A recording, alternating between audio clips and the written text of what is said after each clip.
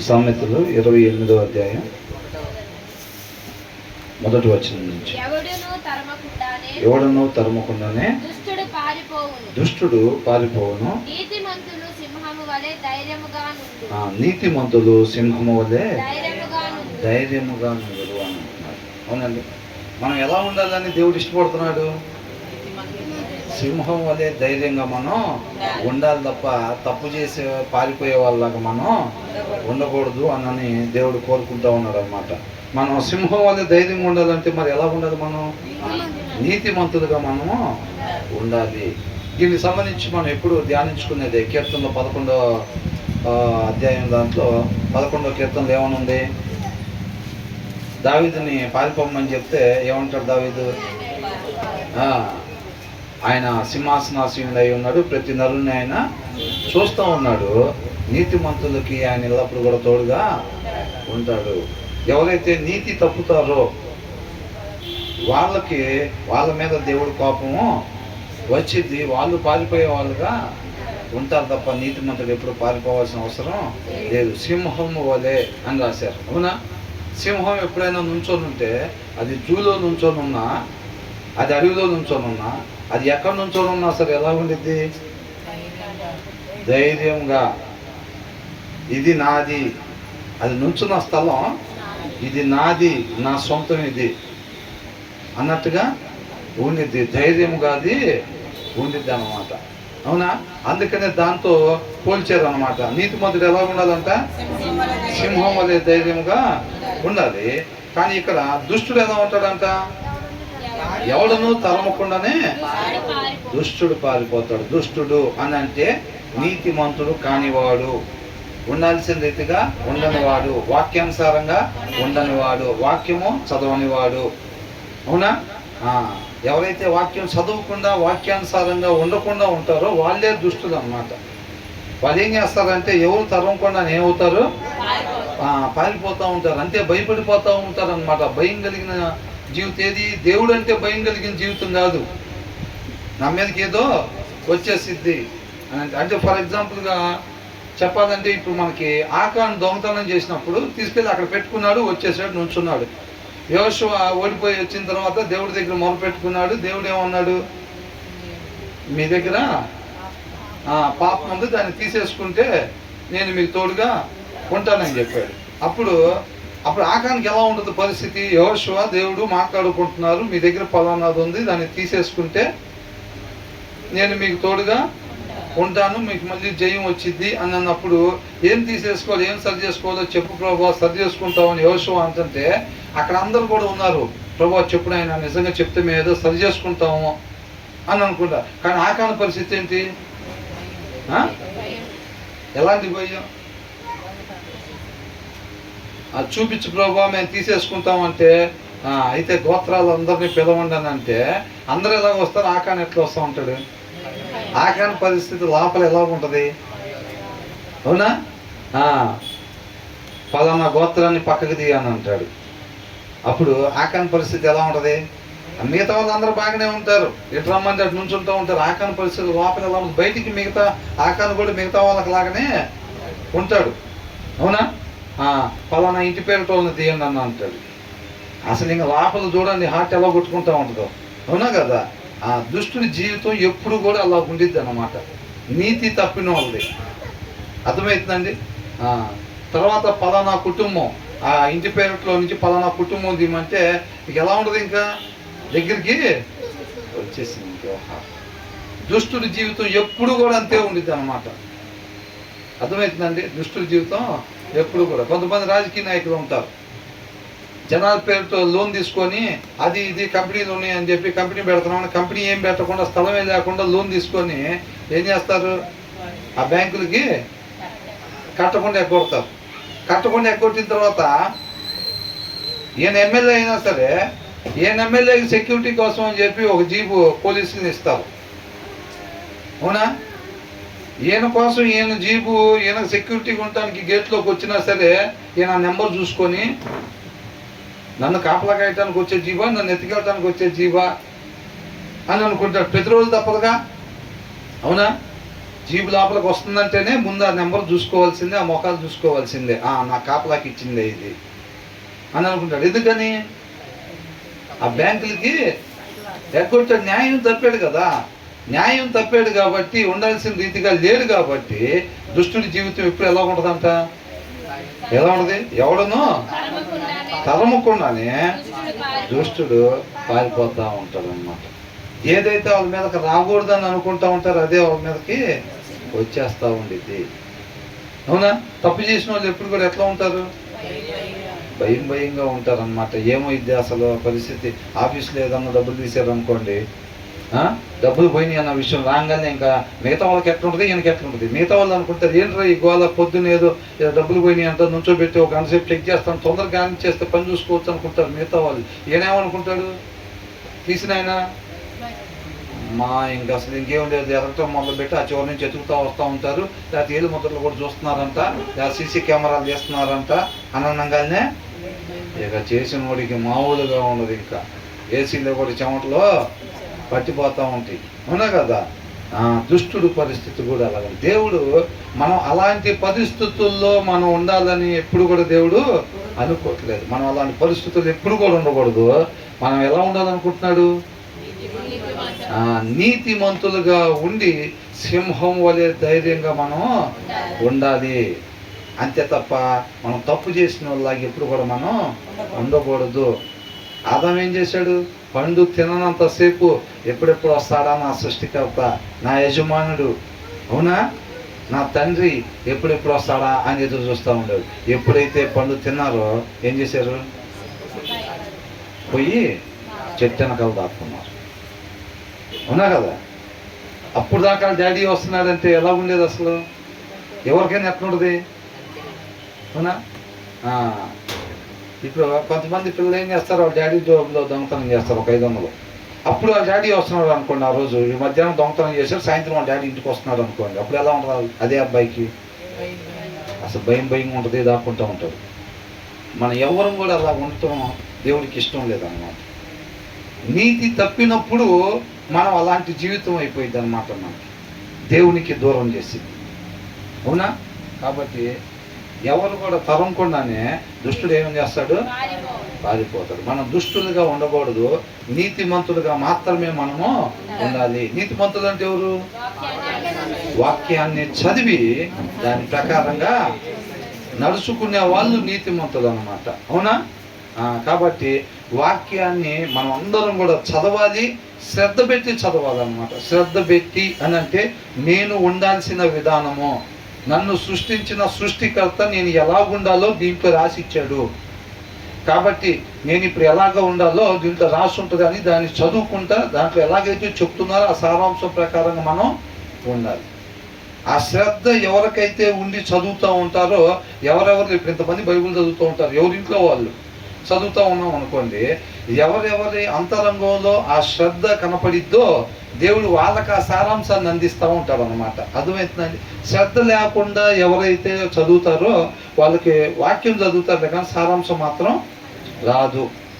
అంతరంగంలో ఎవరైతే ఆశపడే ప్రాణం ఉంటుందో దేవుడు వాళ్ళని తృప్తిపరుస్తాడు తప్ప పైకి షోయింగ్గా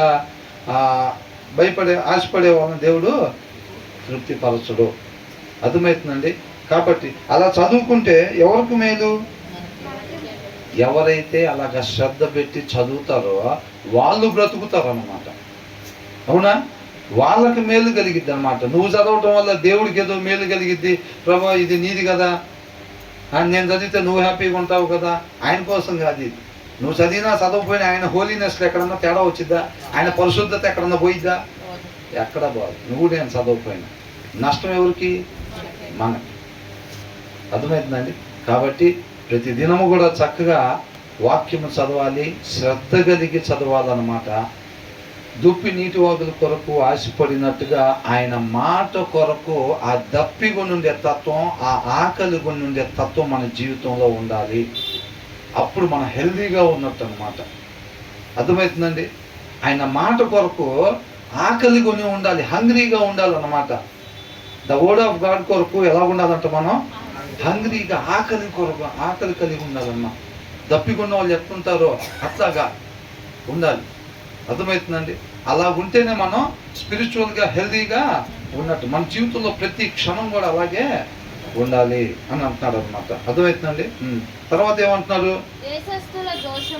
ఈ మొదటి వచనంలో ఏంటంటే దుష్టులలాగా మనం ఉండకూడదు, నీతిమంతుల్లాగా మనం ఉండాలి. తప్పు చెయ్యనంత వరకు మనం ధైర్యముగా ఉంటామంతే. ఎక్కడైనా సరే మనం ఎప్పుడైతే నీతి తప్పుతామో అప్పుడు మనం దుష్టులుగా సమానం, దుష్టులతో సమానం అన్నమాట. ఎవరు తరంకుండా ఏమవుతాం, పారిపోతూ ఉంటాం, కంగారు పడుతూ ఉంటాం, ఇబ్బంది పడుతూ ఉంటాం. అవునా? మనం అలా ఉంటాం, దేవుడికి ఇష్టం లేదు. తర్వాత ఏమంటున్నారు,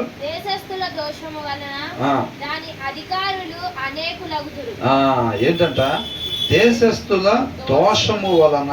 ఇప్పుడు ఆ ప్లేసులో ఆ దేశం యొక్క జనాలు ఎవరైతే దోషాలు చేస్తూ ఉంటారో, అతిక్రమములు చేస్తూ ఉంటారో, అర్థమవుతుందండి. నెట్ రావట్లేదు.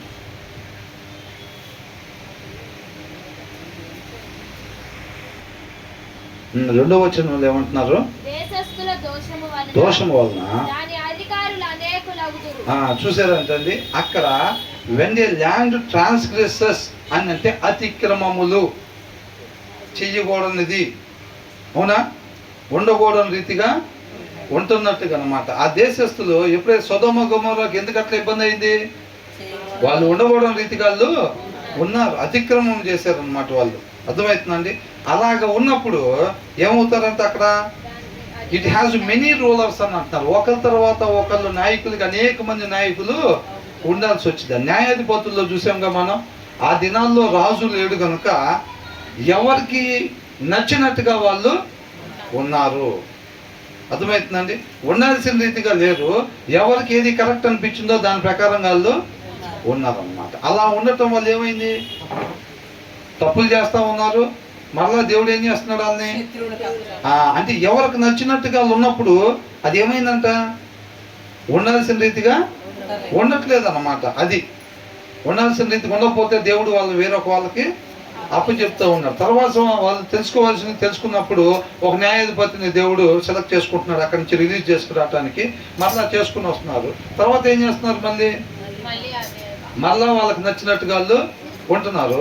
మళ్ళీ ఇంకొక నాయకుడిని, అంతమంది న్యాయాధిపతులు అందుకు కావాల్సి వచ్చింది అనమాట. అర్థమవుతుందండి. అతిక్రమములు చేసేవారు ఎక్కువగా ఉన్నప్పుడు అంతమంది నాయకులు రావాల్సి వచ్చింది. తర్వాత ఏమంటున్నారు,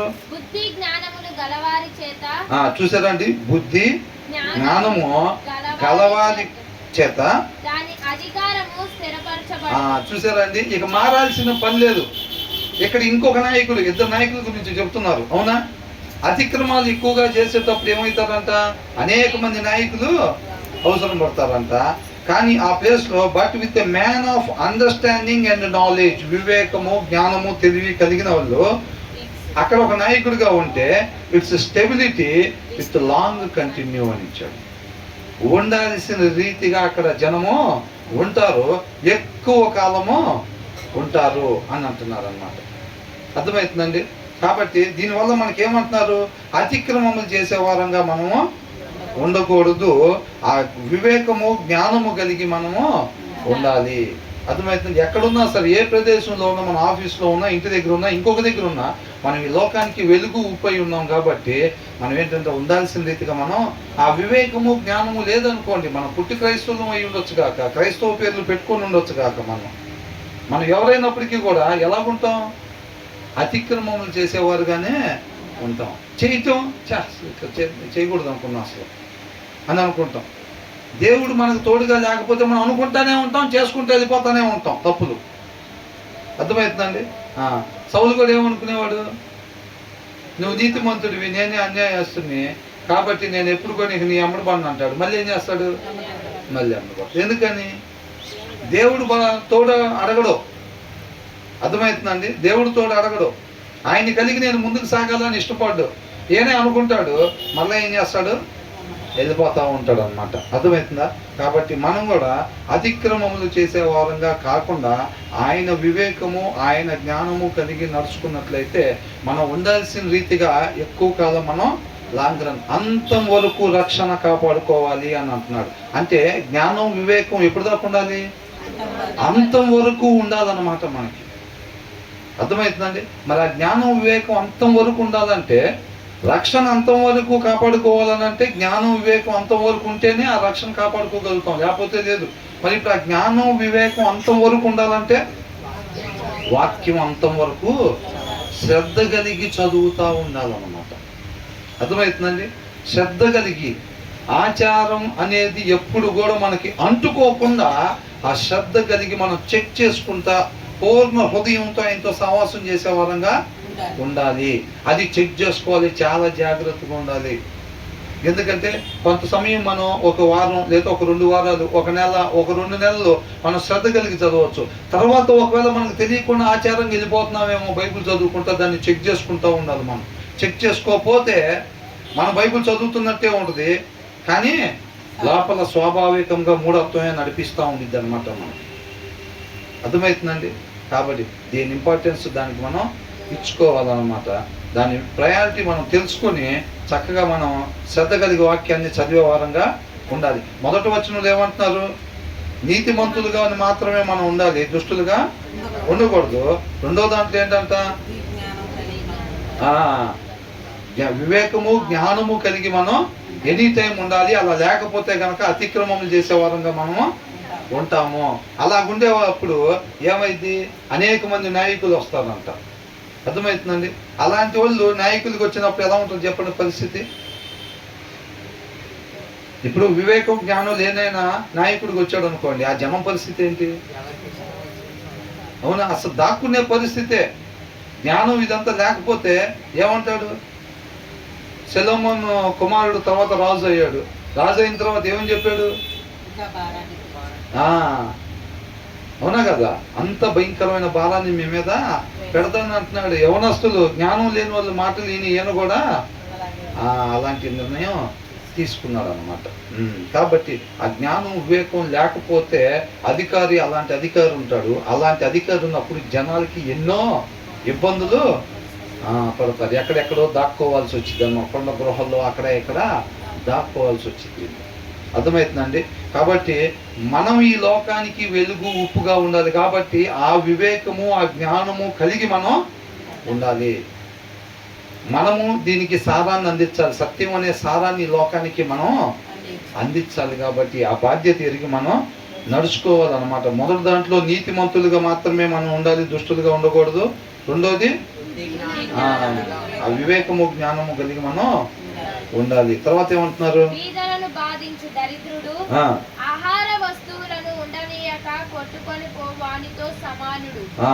ఏంటంట? పేదలను బాధించు దరిద్రుడు అని అన్నారు. ఆన్ చేశారా? రావట్లేదురా? ఆఫ్ చేశారు. అది 3వ వచనం ఏంటంట? పేదలను బాధించు దరిద్రుడు ఆహార వస్తువులను ఉండనీయక కొట్టుకొని పోవు వానతో సమానుడు. ఏ రూలర్ హూ అప్రెసెస్ ద పూర్ అని అంటున్నాడు. ఏ రూలర్, పరిపాలన చేసే అతను, హూ అప్రెసెస్ ద పూర్, ఎవరైతే పేదలను అణిచివేసేవాడుగా ఉంటాడో, is like a driving rain that leaves no crops అంటున్నాడు. బేసిక్గా వర్షం అనేది ఏం చేయాలి? ఆహారం మనకు వచ్చేటట్టుగా వర్షము చేయాలి. అవునా? వర్షం పడితే చక్కగా పంటలు పండుతాయి, మనం చక్కగా అందరం కూడా తిని సంతోషంగా ఉంటాం అన్నమాట. కానీ ఇక్కడ వర్షం ఇంకొక రకంగా పనిచేస్తుంది. ఎలాగంటది? Is like a driving rain that leaves no crop అనంట. మనం తినటానికి ఆహారం లేకుండా మొత్తం కొట్టుకుపోయి, ఇప్పుడు పంట కోసుకొని చక్కగా తినే టయానికి బాగా భయంకరమైన గాలులతో విపరీతంగా వర్షం తుఫాన్లు వచ్చినాయి అనుకోండి, ఏమైతే ఆ పంట అంతా, ఆ పంట మొత్తం కూడా కొట్టుకుపోయింది, మనకు తినటానికి కూడా ఉండదు. అర్థమవుతుందండి? ఇక్కడ ఈ ఎవరైతే ఉన్నారో, రూలర్ హూ అప్రెసెస్ ద పూర్, ఒక పరిపాలన చేసే రాజు లేదా ఒక గవర్నమెంట్, ఒక నాయకుడు ఎవరికి అండగా ఉండాలి? పేదలకు అండగా ఉండాలి. ఎవరైతే అవసరతల్లో ఉన్నారో వాళ్ళకి అండగా ఉండాలన్నమాట. వాస్తవానికి ఈ నాయకుడు పేదలకి అండగా ఉండాలన్నమాట, తోడుగా ఉండాలి, ఆశ్రయంగా ఉండాలి. కానీ ఈయన ఎలాగున్నాడంట? అప్రెసెస్ ద పూర్, అణచివేసేవాడిగా. అందగా ఉండాల్సిన వాడు ఎలా ఉన్నాడు? అణచివేసేవాడిగా ఉన్నాడు, ఇబ్బంది పెట్టేవాడిగా, హింసించేవాడిగా, మోసం చేసేవాడిగా ఉన్నాడు అని అంటున్నాడు. అర్థమైందండి? ఆ వర్షం చక్కగా మనకు మంచి ఆహారాన్ని ఇవ్వాల్సింది ఏం చేసింది? ఆహారం లేకుండా చేసింది. అలాగే ఈ నాయకుడు కూడా ఏంటంట? Oppresses the poor is like a driving line అంటున్నాడు. కాబట్టి మనం ఎలా ఉండకూడదంట? దరిద్రులు బాధించేవారుగా మనము ఉండకూడదు.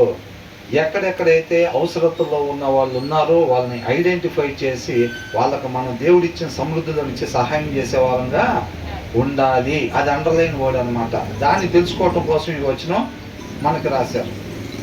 అర్థమవుతుందండి? మన చూపు ఎక్కడుందో చెక్ చేసుకోవాలి. మన హృదయంలో ఏమేమి ఉన్నాయి, ఎక్కడెక్కడ మనం శ్రద్ధ కలిగి ఉన్నాం, మన ఆలోచనలు ఎక్కడెక్కడ ఉన్నాయి, పేదవాళ్ళ వైపు అసలు ఆలోచన ఉందా, మనకి ఆ శ్రద్ధ ఉందా, ఆ చూపు ఉందా, ఎలా ఉందని. చాలా మందికి మనకి ఏమనుకుంటాం? పెద్ద కార్లు, నెక్స్ట్ కొంటే పెద్ద కారు కొనాలి, నెక్స్ట్ ఈసారి రెంట్కి దిగినా సరే 20,000 దాంట్లో దిగాలి. ఇప్పుడు 15,000 దాంట్లో ఉన్నారనుకోండి, నెక్స్ట్ దేంట్లో దిగాలంట?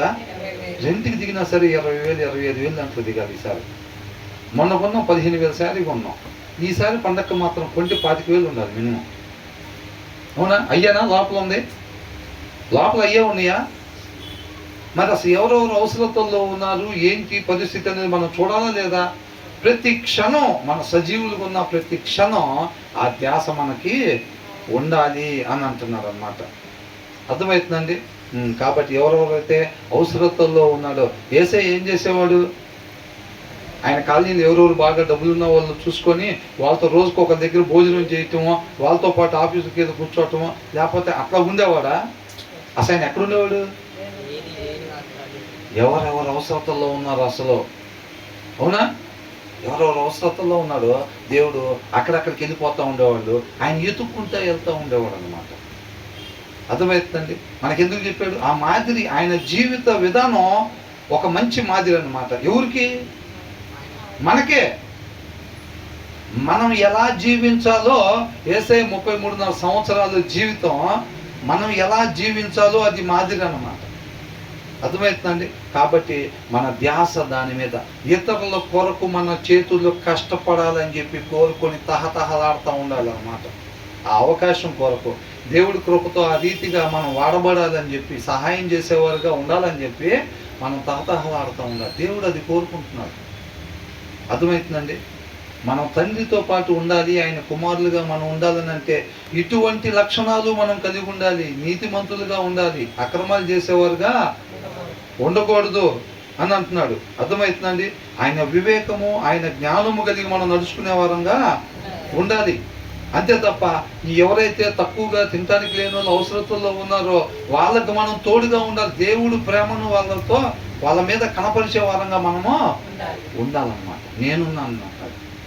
ఎవరైతే అణిచివేయబడ్డారో, అణిచివేయబడుతున్నారో వాళ్ళకి తోడుగా ఎవరు నిలబడతారంట?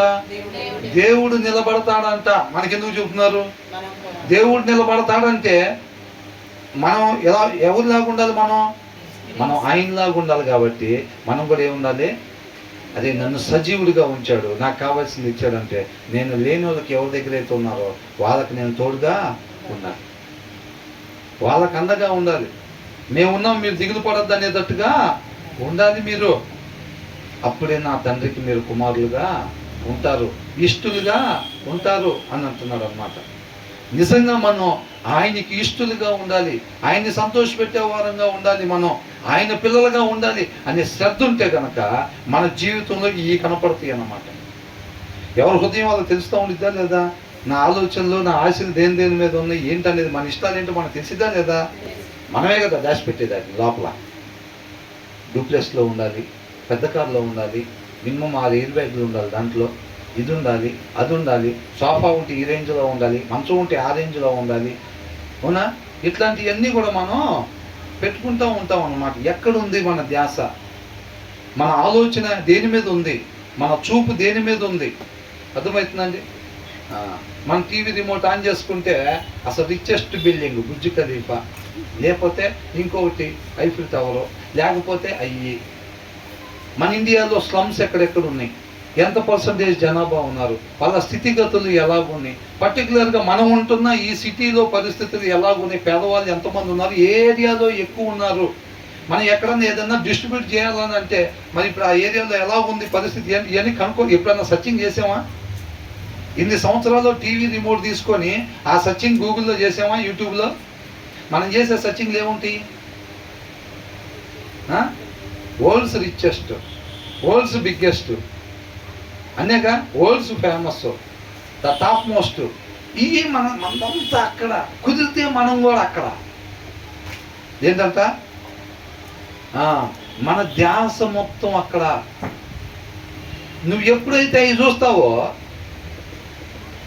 మీ డాడీ కష్టపడి పొద్దున సాయంత్రం నాకు కష్టపడి ఏదన్నా ఒక చిన్న కారు మనకి అర్హత లేకపోయినా దేవుడు ఇచ్చాడు అనుకోండి, ఆ కారు తీసుకొచ్చిన ఎట్లా ఉంటుంది ఆ పిల్లలకి? ఇదా ఇప్పుడు నెంబర్ 1 టెస్లా డాడీ. అసలు నువ్వు ఎప్పుడైనా కారు కొంటే టెస్లా కొంటావేమో అనుకున్నావు, ఏంటి ఇది కొనుక్కొచ్చావా? అది ఎట్లా వచ్చింది అసలు? ఎంతో కష్టపడి ఒక 2500 పెట్టి ఇది కొన్నావా? అసలు ఇప్పుడు మోడల్స్ తెలుసా అసలు బయట మినిమం 30,000 లేకుండా ఎవడు కట్టట్లేదు. అసలు ఇది తెచ్చేవా? అక్కడ పెట్టలే పక్కన. ఎక్కడుంది మన ధ్యాస అంటున్నాడు, చెక్ చేసుకోమంటున్నాడు. మనం రైతు వేలోనే ఉన్నామా? బైబిల్ చదువుతాం, పాటలు పాడతాం, ప్రార్థన చేసుకుంటాం. మన లోపల ఆలోచనలు ఏమున్నాయి, ఆశలు ఏమున్నాయి? వదిలిపెడితే ఎగిరి వెళ్ళి ఎక్కడ వాళ్దామని చూస్తున్నావు. ప్రభువా వదిలిపెడితే ఒక్కొక్కరి ఇల్లు. మొన్న ముంబై మేము పోతే 35 ఫ్లోర్లు ఉంది, 35 ఫ్లోర్లు, 27 ఫ్లోర్లు, 20 ఫ్లోర్లు. ఇక కార్లు కోట్లే, వాళ్ళు వాడే కారు మినిమం 10 కోట్లు 15 కోట్లు కార్లు. అవునా? మన కంటితో దేన్ని చూస్తామో హృదయం దాన్ని కోరుకునే. రిమోట్ తీసుకున్నామంటే అయ్యే. ఎవరన్నా అయ్యా కాలు లేదయ్యా, అయ్యా ఎక్కయ్యా అట్టయ్యా అంటే తిప్పేసేయి, మార్చే ఏం చేస్తాం? ఇప్పుడు మనం ఏదో యూట్యూబ్లో షార్ట్స్ చూస్తున్నాం, అట్లాంటివి వచ్చి ఎవరికో ఒక ఆయనకి ఇక్కడ దాకా చేతులు లేవు, ఆయన పాపం తింటానికి చాలా ఇబ్బంది పడుతున్నారు, దాన్ని కూడా అప్లోడ్ చేసాడు అనుకో. మనం 3 నిమిషాలు ఉంటుంది కదా షార్ట్, 3 నిమిషాలు ఉంచగలుగుతున్నామా దాన్ని? కుదరదు, వెళ్ళిపోయేది పైకి అది. అవునా? క్రమం తప్పకుండా చర్చికి పోతాం, మనకు చూడటానికి తీరుకుబడి లేదు. ఎందుకు లేదు?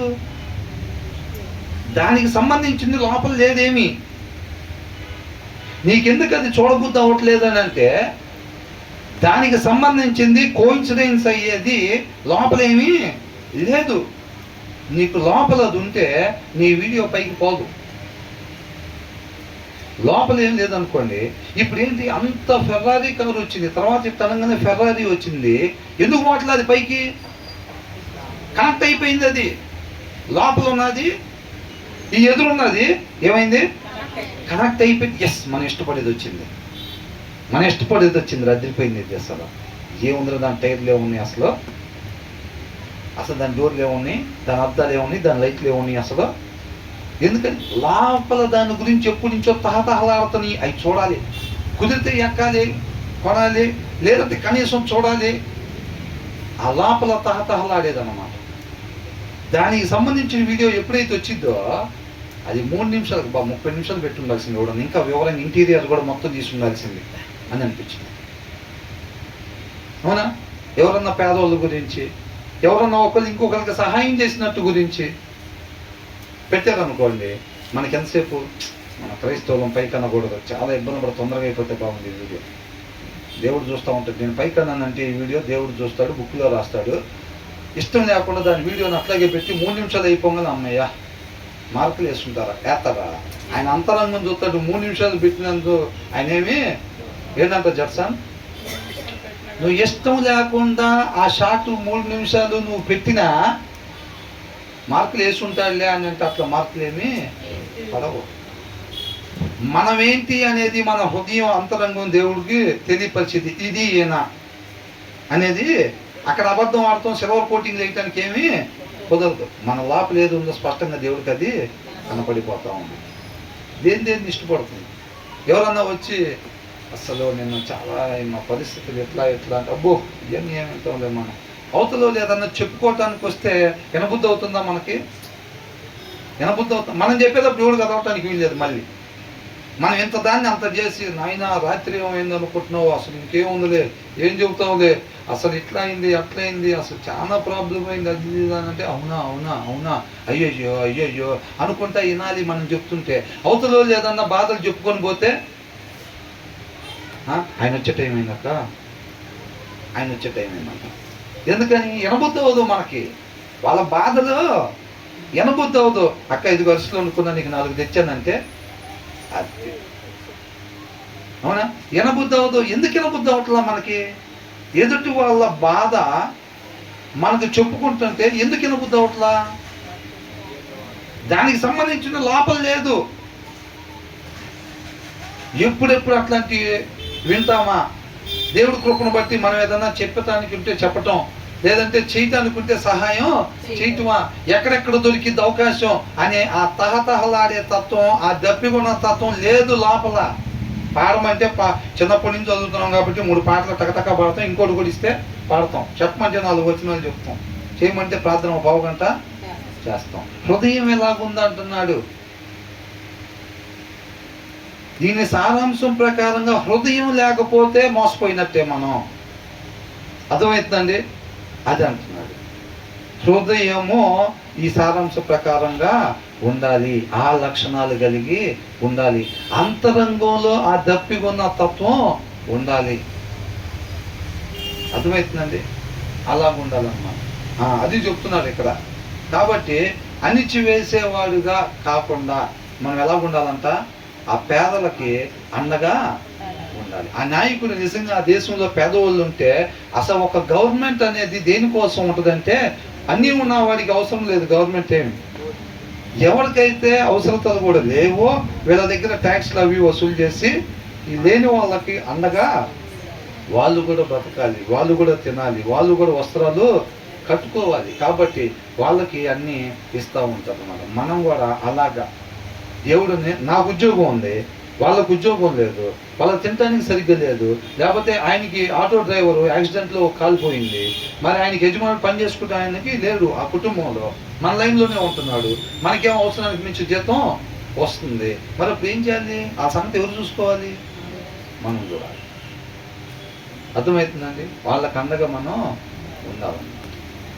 మాటల్లో కాదండి, క్రియలు లేకపోతే అది మృతము. ఏంటంట? క్రియలు ఉండాలి. వాళ్ళకి ఇమ్మీడియట్గా ఏదైతే కావాలో నువ్వు చేయగలిగింది అంతే. నువ్వు మొత్తం ఏం చేయలేవు, మొత్తం ఏమీ చేయలేవు. నువ్వు చేయగలిగినంత ఏదైతే ఉందో చేసి ఆయన పాదాల చెంత ఆ కుటుంబం గురించి పెట్టినప్పుడు ఆయనే చూస్తారనమాట. ఆ లక్షణాలు కలిగి ఉండాలి. అప్పుడే, ఎందుకంటే రేపు అక్కడ ఉండేదంతా అంతే ఉంటుంది. రేపు నిత్య జీవంలో ఉండే ప్రతి హృదయం అలాగుండిద్ది అనమాట. అక్కడికి అట్లా వెళ్ళాలంటే మనం ఇక్కడే మనం అలాగా తయారు కావాలన్నమాట. అందుకని ఆయన కృపను బట్టి మనల్ని ప్రేమించి అలాగా తయారు చేస్తున్నాడు మనల్ని. మన హృదయాలు మారుస్తున్నాడు ఆయన. అర్థమవుతుందండి? రేపు అక్కడ ఉండేది అందరూ కూడా వాళ్ళే, అవునా? కాబట్టి మనం అలాగా అణిచివేసేవారుగా పేదోళ్ళు చెప్తుంటే వినబుద్ధి అవ్వట్లేదా, లేకపోతే వాళ్ళ దగ్గర ఉండబుద్ధి అవ్వట్లేదా, వాళ్ళ దగ్గరికి వెళ్ళబుద్ధి అవ్వట్లేదా, లేదా దాని గురించి కనుక్కోబుద్ధి అవ్వట్లేదా అని అంటే అంతరంగంలో కావలసిన ఆత్మీయ ఆహారం లేదు, పైన వారికి పైన పటారం లాగా చేస్తున్నాము మనం అని అర్థం. అంతేనండి? తర్వాత ఏమంటున్నారు? ధర్మశాస్త్రములను తోసివేయువారు దుష్టులను పొగడుచుందురు. ఏం చేస్తారంట? ధర్మశాస్త్రాన్ని తోసివేసే వాళ్ళు దుష్టుల్ని పొగుడుతూ ఉంటారంట. తర్వాత ధర్మశాస్త్రమును అనుసరించు వారు వానితో పోరాడుదురు. చూసారండి? But those who keep the law strive against them. Keep the law, వాక్యాన్ని అనుసరించే వాళ్ళు అని అంటే నీతిమంతులు అని, అవునా? ఈ మొదటి వాళ్ళు ఎవరు? దోస్ హూ ఫర్సేక్ అని అంటే విడిచిపెట్టిన వాళ్ళు, ఉండకూడని రీతిగా ఉండేవాళ్ళు అని అర్థం. అంటే ఉండకూడని రీతిగా ఉండేవాళ్ళు అని అంటే నేను నడవాల్సింది దీన్ని బట్టి, దేవుడి మాటను బట్టి మనిషి నడవాలి, అవునా? వీళ్ళు ఏం చేస్తారంట? విడిచిపెట్టారంటే దాని ప్రకారం ఉండటానికి నేను ఉండాల్సిన రీతిగా మాత్రమే నేను ఉండాలి అనే ఆలోచన లేని వాళ్ళు అని అర్థం. అర్థమవుతుందండి? నేను ఉండాల్సిన రీతిగా మాత్రమే నేను ఉండాలి అని అనుకునే వాళ్ళకి అది లేకపోతే నేను ఉండాల్సిన రీతిగా ఉండలేను, దేవుడి మాట లేకపోతే నేను ఉండాల్సిన రీతిగా నేను ఉండలేను, కాబట్టి అది ఉండాలి, నా జీవితంలో అదే సమస్తం అని అనుకుంటారు కదా. మరి ఫర్సేకన్ అంటే విడిచిపెట్టారని అంటే ఏంటి దాని అర్థం? ధర్మశాస్త్రము త్రోసివేయవారు, దీంతో నాకు పని లేదు, ఇది నాకు అవసరం లేదు, అవునా అనేవాళ్ళు ఎవరు? వాళ్ళు తిరిగిపోయారు, వాళ్ళ సొంత ఇష్టానికి తిరిగిపోయారు అన్నమాట వాళ్ళు. అర్థమవుతుందండి? వాళ్ళ సొంత ఇష్టానికి తిరిగిపోయారు. ధర్మశాస్త్రమును తోసివేయవారు దుష్టులను పొగడతారు. ఎప్పుడైతే వాళ్ళకి నీతి అనేది ఏంటో తెలియదు అన్నమాట. వాళ్ళకి వాక్యం చదవని వాళ్ళకి నీతి ఎట్లా తెలిసిద్ది? అసలు ఒక మనిషి ఉండాల్సిన విధానం ఎట్లా తెలిసిద్ది? దీన్ని చదువుతుంటే దొంగతనం చేయకూడదు, మోసం చేయకూడదు, అబద్ధాలు ఆడకూడదు అంటే మనిషి ఉండాల్సిన విధానం అదనమాట. దీన్ని చదవనోడికి ఎలా ఎలా ఉండకూడదు, ఎలా ఎలా ఉండాలో తెలిసిద్దా? తెలియదు. అప్పుడు ఏం చేస్తారంటే ఉండకూడని రీతిగా ఉండి మోసం చేసి డబ్బులు సంపాదించేవాడు, పేరు సంపాదించేవాడు, పదవులు సంపాదించేవాడిని పొగుడుకుంటా అసలు అన్న నెంబర్ 1 తెలివితేటలు కలిగినాడు. వాళ్ళ నాన్న ఏమీ లేదు అన్నకి, కానీ అన్నకి ఇప్పుడు 200 ఎకరాలు ఉంది ఆస్తి. ఏంటంట? వాళ్ళ నాన్న ఏమీ లేదంట, 200 ఎకరాలు ఉందంట పొలం. ఎట్లా వచ్చింది? అవునా? ఈయన నీతి తెలియదు కదా, వాక్యం చదవడు కదా, ఏమనుకుంటూ ఉంటాడు? అన్న గొప్పవాడు, అన్నని ఇన్స్పిరేషన్ పెట్టుకోవాలి మనం కూడా అనుకుంటాడు. అర్థమవుతుందండి? కాబట్టి వీళ్ళు ఏం చేస్తారంట? ధర్మశాస్త్రం త్రోసివేవాడు దుష్టులను పొగడుచుందరు అని అంటున్నారు. వాళ్ళు గొప్పోళ్ళు, వాళ్ళు ఇన్స్పిరేషన్ పెట్టుకోవాలి, వాళ్ళు బాగా డెవలప్ అయ్యారు. సింగిల్ జనరేషన్ వాళ్ళ నాన్న ఏమి ఈగిపోయినా సరే ఇది ఎట్లా ఎదిగారు అట్లేదు. లోకం మొత్తం అంతేగా. లోకం ఏమనిది? ఈ లోకంలో ఎవరైతే సక్సెస్ అయ్యాడో వాళ్ళ గురించి చెప్తూ ఉంటారు ఎవరైనా పోయినా. వాక్యంలో కూడా వాక్యం నుంచి డైవర్ట్ అయిపోయిన వాళ్ళు, గురుమారిపోయిన పాస్టర్ గారు వాళ్ళని చూడండి, వాళ్ళు తెచ్చే ఎగ్జాంపుల్స్ మొత్తం ఈ లోక సంబంధంగా ఏమీ లేకుండా ఉండి లోక సంబంధంగా ఉన్నత స్థితికి వెళ్ళి ఉంటారు చూసారా, వాళ్ళని తీసుకొచ్చి మనం ముందు పెడతా ఉంటారు. వాళ్ళు KFC ఓనరు ఒకప్పుడు ఏమీ లేదు, ఇవాళ చూస్తే కోట్లు సంపాదించాడు. కోల్గేట్ ఓనరు ఒకప్పుడు ఏమీ లేదు, ఇప్పుడు చూస్తే కోట్లు సంపాదించాడు. అర్థమవుతుందండి? ఒకప్పుడు కారు సైకిల్ కూడా లేదు, ఇవాళ కారులో తిరుగుతున్నాడు ఆయన. యేసయ్యను నమ్ముకున్నాడు. యేసయ్యను నమ్ముకున్న తర్వాత ఎట్లాగైంది. ఒకప్పుడు ఆమెకు ఆరోగ్యం బాగుండేది కాదు, యేసయ్యను నమ్ముకున్నారు, ఇవాళ ఆరోగ్యం వీళ్ళందరూ ఏం చేస్తూ ఉంటారు? ఈ లోకంలో ఉండేదాన్ని తీసుకొచ్చి మనం ముందు పెడతా ఉంటారు అన్నమాట. అర్థమవుతుందండి? దేవుడు అదే నేను చెప్తుంది, అది కాదు చెప్తుంది. ఈ లోకంలో ఉండేది కానీ కాదు తీసుకొచ్చేది, అవి తండ్రి వలన కలిగినవి కాదు అని అంటున్నాడు. కాబట్టి మన చూపు దాని వైపు ఉండకూడదు. గురుమారిపోయిన వాళ్ళు ఏమీ లేకుండా వచ్చారు. మీ స్థితిగతులు బాగలేదా? అప్పులు ఉన్నాయా? ఆరోగ్యం బాగలేదా? సంబంధాలు సెట్ అవ్వట్లేదా? ప్రమోషన్లు రావట్లేదా? ఇవన్నీ ఎక్కడికి చెప్పండి? ఇవన్నీ లోకంలో సంబంధించి. రండి యేసయ్య దగ్గర. అంటే ఏంటి? ఆయన ప్రధానమంత్రి చేసి రిటైర్డ్ అయ్యారా? ఇన్ఫ్లుయెన్స్ ఏదన్నా నేను చెప్తాను ఏది చెప్తారా అనగా నీటని అట్లా ఏం చూపిస్తున్నారు? అద్భుత కార్యాలు, ఆశ్చర్య కార్యాలు అని అంటున్నారు. వీటి కోసం యేసయ్య దగ్గరికి రండి అంటున్నాడు. వాక్యం ఏం చెబుతుంది? నన్నుగా మీరు తెలుసుకొని అని అంటుంది. మీ పిల్లలకు చెప్పండి, వాళ్ళ పిల్లలకు చెప్పండి. అదేనా యేసయ్య అంటే? అట్లా ఉందన్నమాట బయట పరిస్థితి అంతా, అవునా? కాబట్టి వాక్యము చదవకపోతే మనం ఉండాల్సిన విధానం ఏంటో మనకి తెలీదు. అర్థమవుతుందండి? కాబట్టి ధర్మశాస్త్రం అనుసరించువారు. కాబట్టి మనం ఎలా ఉండాలంట? ధర్మశాస్త్రాన్ని, వాక్యాన్ని అనుసరించే వాళ్ళంగా ఉండాలి. అనుసరించాలంటే ఫస్ట్ దాంట్లో ఏముందో మనకి తెలియాలంటే దాన్ని మనం శ్రద్ధ పెట్టి చదవాలన్నమాట. శ్రద్ధ పెట్టి చదివినప్పుడు ఆయన ఆశ్రయించే వాళ్ళంగా మనం ఉంటాం. ఆకలి కలిగింది. చాలా మంది అంటారు చూసారా, ఏమని? ప్రభు ఆకలిని దయచే ప్రభు. ఏ ఆకలి? ఆత్మీయ ఆకలి అన్నమాట. నీ మాట కొరకు దప్పిక నుండే కృపను దయచే ప్రభు అని అంటారు. నీకు ఆకలి, ఆ దప్పిక తయారవ్వాలంటే వాక్యం చదవాలి. అర్థమవుతుందండి? నువ్వు అది చదువుతుంటే నీలో ఆకలి కలిగిద్ది అన్నమాట. అప్పుడు ఆయన ఆశ్రయిస్తావు అన్నమాట. అప్పుడు ఆయన తృప్తిపరుస్తూ ఉంటాడు. అర్థమవుతుందండి? కాబట్టి శ్రద్ధ కలిగి వాక్యం చదవటం మాత్రం మానుకోవద్దు. ఎవరైనా గొప్పగా దేవుణ్ణి మహింపరచాలి అని అంటే వాళ్ళు అంత శ్రద్ధ కలిగి దేవుని పాదాల చెంత సమయాన్ని గడిపే వరకు ఉండాలి. ఇంకోటి ఏంటి, ఈ వచ్చిన వరకు ధ్యానించుకుందాం. దుష్టులు న్యాయం ఎట్టిదైనది ఆ, గ్రహింపరు, ఆ, యెహోవాను ఆశ్రయించు వారు సమస్తమును గ్రహించుదురు. ఏంటంటే evil men do not understand justice. దుష్టులకంట ఏం తెలియదంట, న్యాయం న్యాయం ఎట్టిదైనది. ఎక్కడ తెలిసిద్ది? ఆయన దుష్టుడు అంటేనే ఆయన వాక్యం చదువుతాడా? చదవడు. ఆయనకి ఏది న్యాయమో తెలిసిద్దా? ఆయనకి తెలియదు. కాబట్టి ఏం చేస్తాడంట, గ్రహింపరు. యెహోవాను ఆశ్రయించువారు అని అంటే but those who seek the lord అని అంట, ఎవరైతే వెతుకుతారో, అండర్స్టాండ్ ఇట్ కంప్లీట్లీ అని అంటున్నాడు. అర్థమవుతుందండి? న్యాయం అనేది ఏది న్యాయం, ఏది న్యాయం అనేది వాక్యమై ఉన్న దేవుణ్ణి వెతకటం అని అంటే ఆ సారాంశం కొరకు వెతకాలి, మనం చదవాలి, ఆకలిగా ఉండాలి, శ్రద్ధ పెట్టాలి దాని మీద. ఇది నాకు కావాలి, ఇదే సమస్తం. అర్థమవుతుందండి? కాబట్టి అలా ఎవరైతే ఉంటారో వాళ్ళకి తెలిసింది న్యాయం అనేది ఏంటో. Evil men do not understand justice అంటున్నారు. వాళ్ళకి తెలియదు. వాళ్ళు ఒకటి అనుకుంటారు, ఇట్లా చేస్తే బాగుండిద్దిరా, ఇట్లా మాట్లాడితే అదిరా కరెక్ట్, అలా పోయి ఇట్లా మాట్లాడదాం కరెక్ట్ అనుకుంటారు, ఇట్లా చేస్తే ఇదిరా న్యాయం అని అనుకుంటారు. వాళ్ళు ఏదైతే అనుకుంటారో అదే న్యాయం అనుకుంటారు.